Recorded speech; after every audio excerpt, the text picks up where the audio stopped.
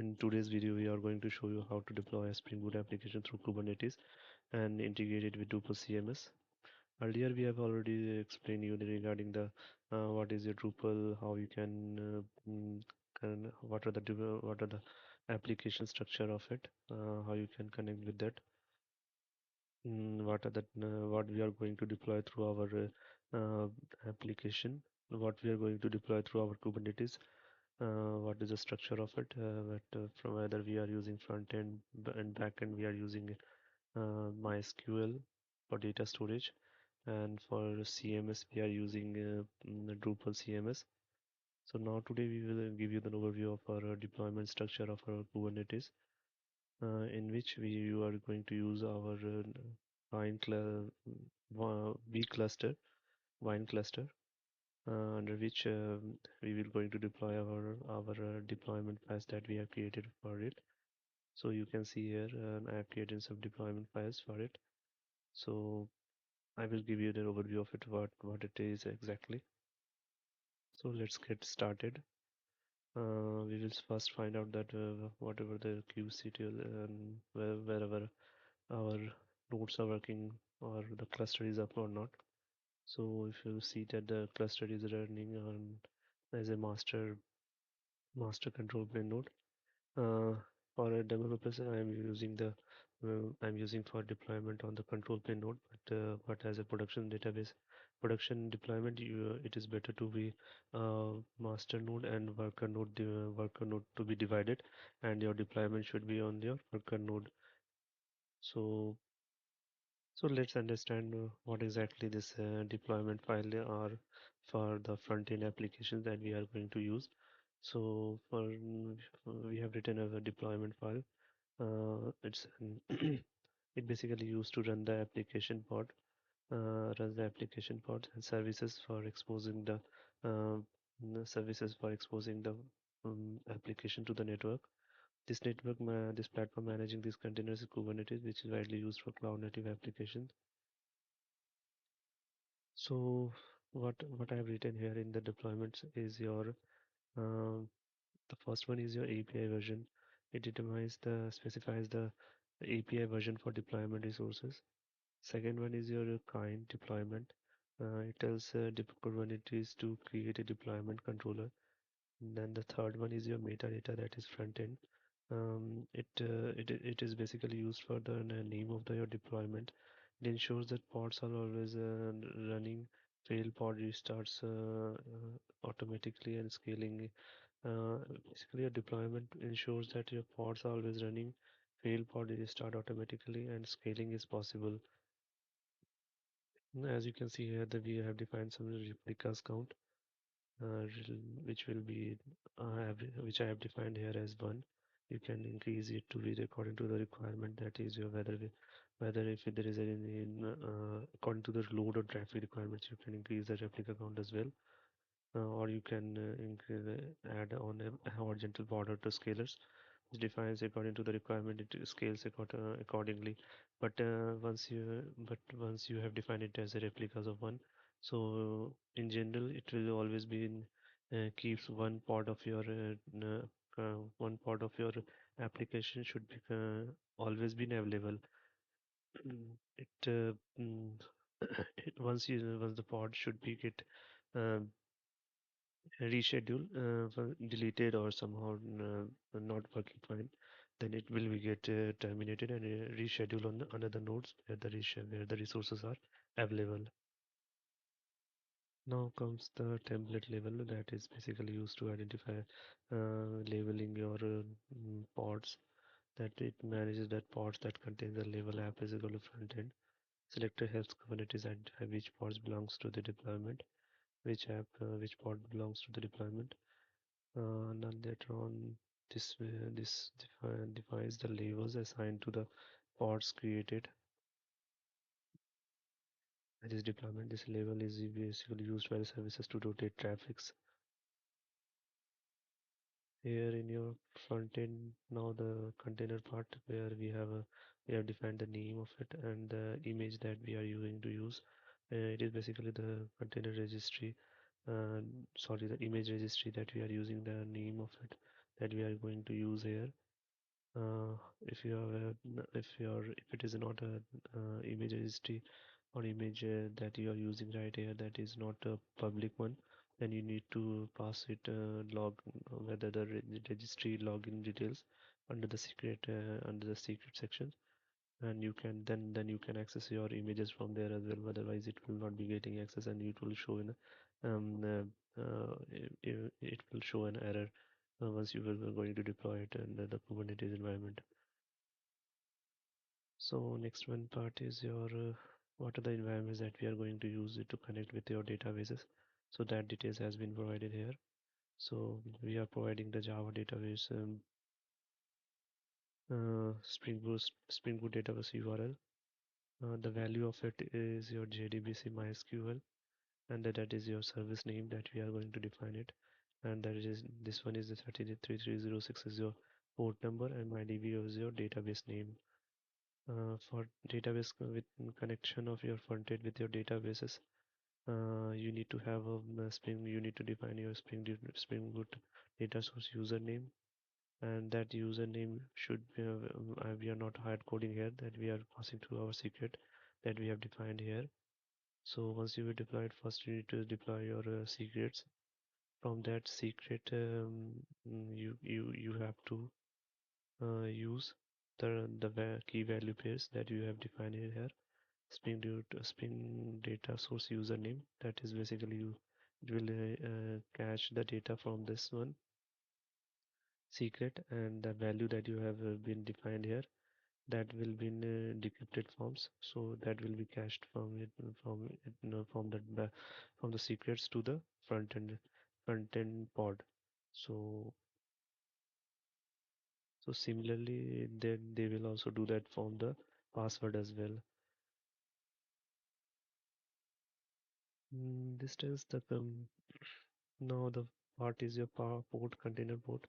This application inside the container runs on port 8080. Spring Boot the default port is 8080.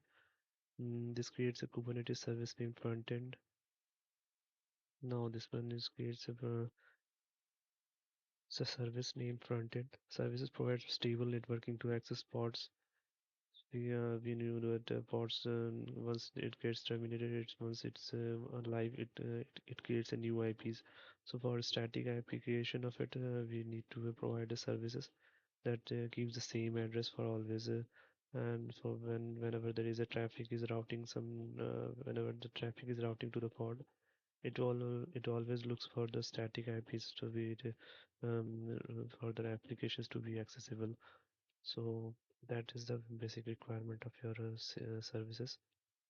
Services will route traffic to pods with labels that is your defined as visible to front end. So traffic goes to the front end deployment pods only. This image external traffic to the container port. So we have defined that the port and the target port that this map the external traffic to the container port. So once the user request routed to the services on port 80, it will route that traffic to the target port of your container. So this is the basic form of routing external traffic to be routing to the container port.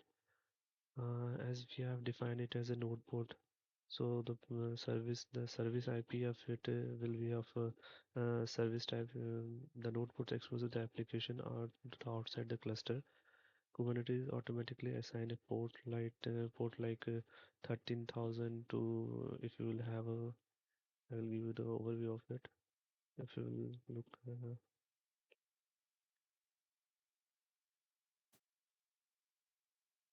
so you shall find here that it defines some spread. It's a node port, so it provides an automatically assigns a port like 30,000 to 32,767.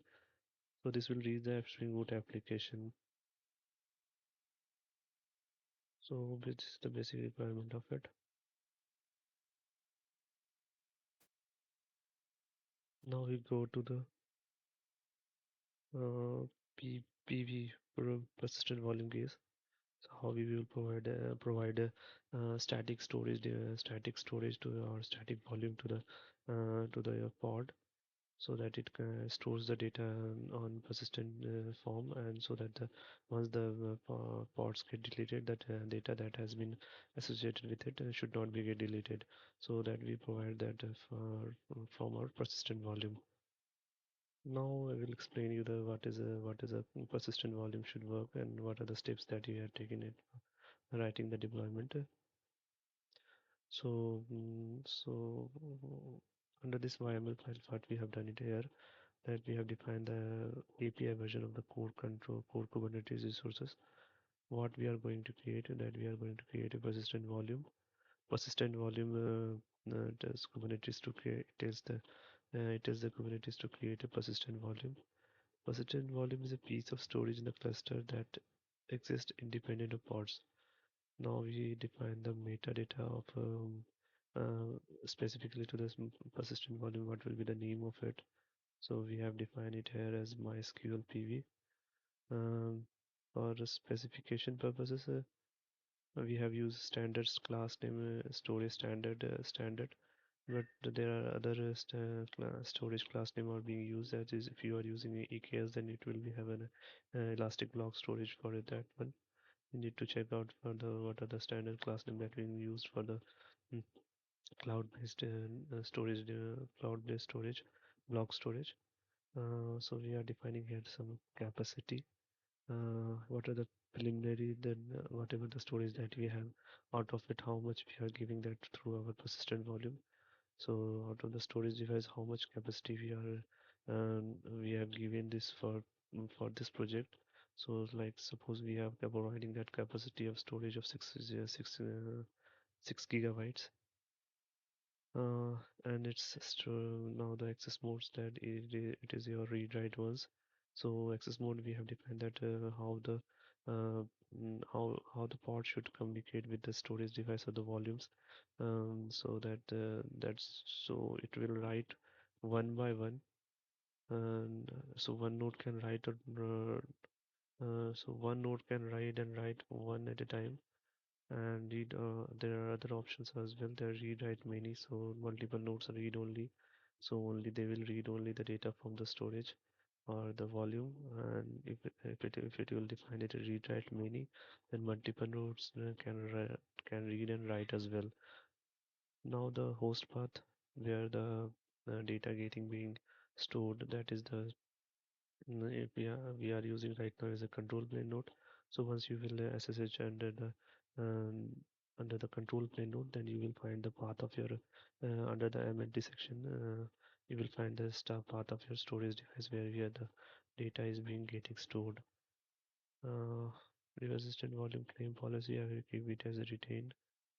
So it determines that defines what happens to the storage when the persistent volume is deleted.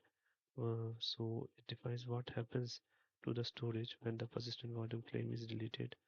So Kubernetes delete the data, storage remains available, and data can be recovered manually as well. So this is from the PV part. Now we go to the PVC section. And the PVC section, we have defined uh, persistent volume claim. Out of the persistent volume that we have defined earlier in PV, how much how much we are claiming out through our persistent volume claim. So it basically used by the pods that out of your defined storage volume, how much we are going to use it. So it basically required criteria for your pods to be used. So in that we are so here we are providing the same API versions, the name, what we are going to create right now here, the persistent volume claim. The name of the persistent volume claim should be as MySQL PVC. Spec should be access mode, how you can access that persistent volume claims. So it here as well we have written it as a read write once, read write many, and another one was your um, and read write once, and read write many, and read write many, read only many. So there are three modes of access. So now I have defined that the resource of the request storage limit that we can out of that 6 GB 6 gigabyte that we have defined in the persistent storage volume that we are using right now. Out of that PVC, we are claiming only the 5 gigabyte of it resources for our pod specific requirement that we are using right here. That the rest we can leave it for the different control plane requirement or different use cases of it. Now the next thing is your volume claim. What is the volume name what we have right now? What volume you are using right now? For that we are referencing the PV. That is the PV name that we are using right now. That we are for that we are referencing that PV name. Then storage class name, that is should be a standard. The same storage class that we have defined in our persistent volume. So both these things should have to be written same as, but otherwise it will not going to be bound the persistent volume claims to the persistent volume. So this is from the persistent volume part. Now we will go to the databases that we are going to create, and that is your MySQL databases. So what we are doing right here now, that we are deploying in the MySQL databases uh, with one replicas with match levels that we are defining some match levels that we will use to be route our traffic from either from in whether to be used in network policies or in route or in your MySQL services that we are going to use. So we have defined some metadata and labels as well. Now the second part is your container. What will be the container name that we have defined here? The what image name that we are going to pull from the remote repositories. If it will be not locally available, then it will be pulled it from the remote one. Now the environment section. The environment section is basically the uh, what the required cunning required. If you look to access the backend databases, then it needs to be have a required of your MySQL database name and MySQL root password and MySQL username. So these things should be required once you are using a MySQL and are trying to access that one. So that I have defined here as well. So now the next part is your container port. So we all know that the MySQL is getting being access to at 3306. If it will be a Postgres, then it will be different port number. So all databases are being accessible on particular port numbers. So we have defined that for it. Now the volume ones. The volume ones. So exactly we have whatever the volume claims that we have used right now. Out of that volume claim should be used for for being used here for the volume for out of that volume claim that we are using right here. We are creating a separate folder on that volume storage section, and under that storage we are defining some name of it and mounting that and claiming that on this mounts persistent storage into the container. This mounts persistent storage into the container. MySQL storage databases files in var lib MySQL section. So data is stored outside the container. Data remains safe if the pod restarts. So once the pod crashes, it or pod restarts, the database data still remains, still exists. So that's why we are using that volumes of volume mount section. This connects the containers to persistent volume claims. The PVC is linked to the persistent volumes that we have created earlier, and that through it MySQL pods are mounted that and that if the data that is being we have provided to our pods, that is getting mounted or stored in valid MySQL section. So that is basically the complete storage flow section.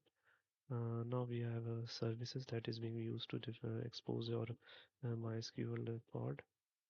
So we are using the same thing here. Once the request should come to the databases port, it should redirect to the container port, that is your 3306. So and the type of the service should be of ClusterIP. So for now we have our Drupal databases. Now you can see here it's a Drupal databases. Drupal application as a pod should be deployed. This one is a Drupal MySQL. That is it needs any CMS needs back any databases for storing or managing the databases. So that's why Drupal MySQL being used as a database and Drupal as an application being used. So under the deployment, we are using the same API version, kind deployment, metadata of Drupal, replica count of 1, or we can increase that if we need, if it has if the requirement of your resources are higher, then you can increase the number of replicas as well.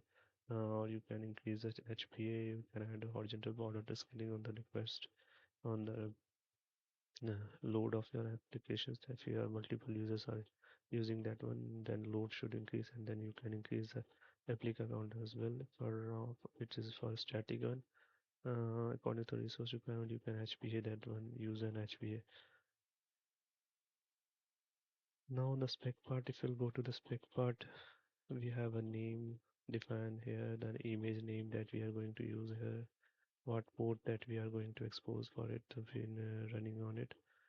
Now we have the Drupal or DB host. Once you will run a Drupal on portal, then you will through a URL, then you can access that one through your they will ask for you to share with your Drupal MySQL connection, Drupal MySQL connection. Then we have a Drupal DB name that from which it was going to connect with the Drupal databases. Now we have a Drupal DB users name that will be going through we will provide through our DB secrets separately, not hard coded. Same thing for the users and the password as well. Now we have expose our Drupal as a NodePort services with the selected name as Drupal, and the port should be assigned as a 8080. Uh, for the port of your services should be of 80, and that the pod should be running on 80.